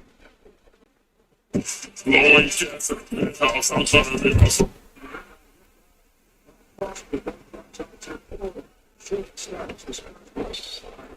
you touch it for 6, and David Robinson left him immediately. David got hit and went down. And David may be out. He got knocked out. Yes, he's not. He went down. He's out. Look at him. He takes a hit. He's out. David Robinson got knocked out in the floor. He hit the floor. It looked like a Carl Malone elbow. And let's take a look at it again. It appears as though he tangled with Carl Malone right there. As Carl swung the elbow and hit him in the back of the head. And my gosh, David went out immediately.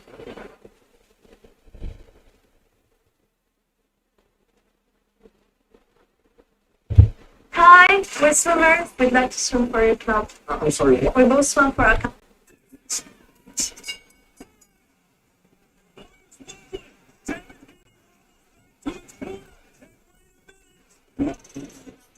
Use that right hand, that short right hand. That's the punch that I do. It's going to be the money punch. And for Devin Haney.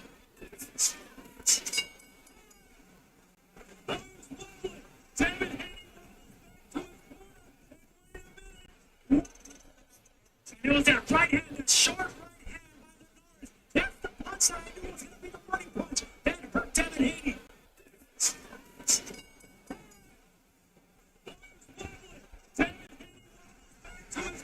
What if I told you that Captain Jushiro will not die in the anime, or at least die for a different reason? We all know that during the Quincy Blood War arc, when Quincy King made Ichigo Kit Kat the Soul King, the three worlds started collapsing, and Jushiro stepped in and used the power of the Soul King's right arm to keep the balance among the three worlds. Now, if you have read the manga, you will probably know that when the right arm resisted Yuhabaha's process of absorbing the Soul King, he absorbed the right arm as well. And since Mimahagi was gone, Jushiro died because of it. But this scene was heavily changed in the anime, since Yuhabaha didn't absorb the right arm, and we saw Jushiro alive at the end of Core 4 of the anime, so it's obvious that he will die for a different reason, and Yuhabaha might Kit Kat him by himself. What do you guys think? What if I told you that Captain Jushiro will not die in the anime, or at least die for a different reason? We all know that during the Quincy Blood War arc, when Quincy King made Ichigo Kit Kat the Soul King, the three worlds started collapsing, and Jushiro stepped in and used the power of the Soul King's right arm to keep the balance among the three worlds. Now, if you have read the manga, you will probably know that when the right arm resisted Yuhabaha's process of absorbing the Soul King, he absorbed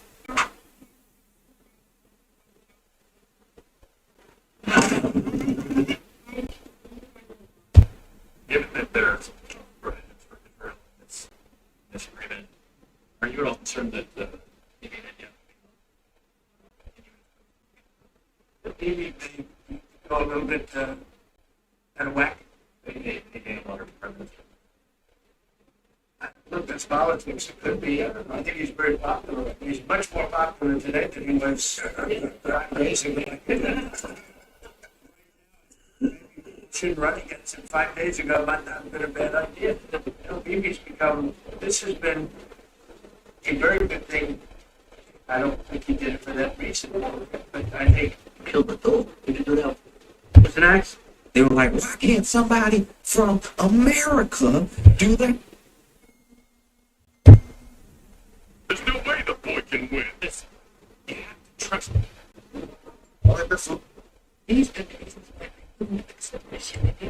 It is easy to obey. It is hard to rule yourself. Becoming your own First-time guard code. Practice, you go over. Two dribbles baseline, it's going to pump fake. It's going to pump fake again. Just stay down. No matter how many times you pump fake, just stay down. Like, all right, go to shoot around. You're going to go right, two dribbles, pump fake, pump, just stay down. I'm like, all right, man, I got it. Like, I got it. All right, if you act like that, the moment you do it, if you jump, I'm taking your ass out of the game. Bro, when I tell you I wasn't in the game 7 seconds, I get subbed in, kiss the ball away, two dribbles right, what do I do? And one, and sub. I'm like, oh my God. First time guard code. Practice, go over, two dribbles baseline, it's going to pump fake. It's going to pump fake again. Just stay down. No matter how many times you pump fake, just stay down. I'm like, all right, go to shoot around. You're going to go right. That's Batman finally being experimented on. He teams up with Alfred to fight Bane. Suddenly, something from the shadows attacks Alfred and knocks him out, revealed to be absolute Catwoman. Batman asks her what she's doing here, and she reminds him that he's been missing for months now since he's been trapped in Arkham. Bruce rejects her help in Alfred. What is your response to the human shield argument? They certainly have. Let's say, like in a domestic criminal situation, if there was somebody who killed a bunch of people and then they ran into a school and they're like using the kids as human shields, they're hiding behind the kids, and then your local police department came over and said, blow up the school, I killed all the kids, you wouldn't go, well, they have no moral responsibility because they were using them as human shields. Yeah, as Bill Burr said in the special, you gotta work around that, bro. And like, Hamas is terrible. Nobody's arguing with that. But that doesn't mean there's no responsibility for the people dropping the bomb. And by the way, again, as you don't want to talk about, how about when they're shooting at people trying to get aid? There were no human shields there. Go look at a picture of Gaza. The human shields does not describe most of what's happened to Gaza. Yes, there are certain instances. And by the way, Israel also has a bunch of military targets in civilian areas. Like, I'm just saying, that doesn't actually mean it's okay to just, now you have a moral get-out-of-jail-free card to do whatever you want to the poor, innocent people who, as you point out, are also victims of Hamas. What is your response to the human shield argument? They certainly... Right, no, it's a Ben Simmons jumper. Break it down for us. All right, guys. Just want to come on for a couple of hours, test out the camera on the stream. The good news is whenever I stream, I don't need an extra external light. I don't even have to change the camera around. To be honest with you, I can just do this. Yay! So, I'll be back tomorrow night, late night, for another 2-hour stream to hang up. Next thing I'm going to do is plug up this game. I got to turn that TV sideways, see if I can run some games and stuff like that. But thanks for coming through, guys, and checking me out. I will see you guys later. Sunday, the girl's supposed to come over for the first stream. I'm going to stream it on my channel first before them, getting ready, and get an update with you guys of what we're going to be doing moving forward. Oh, man. You guys have no idea how much work. It's a lot of work, man. A lot of work, struggling. One meal a day. Rice and tuna. Or ramen and eggs. That's what I've been going through. But we here. On that note, guys, night.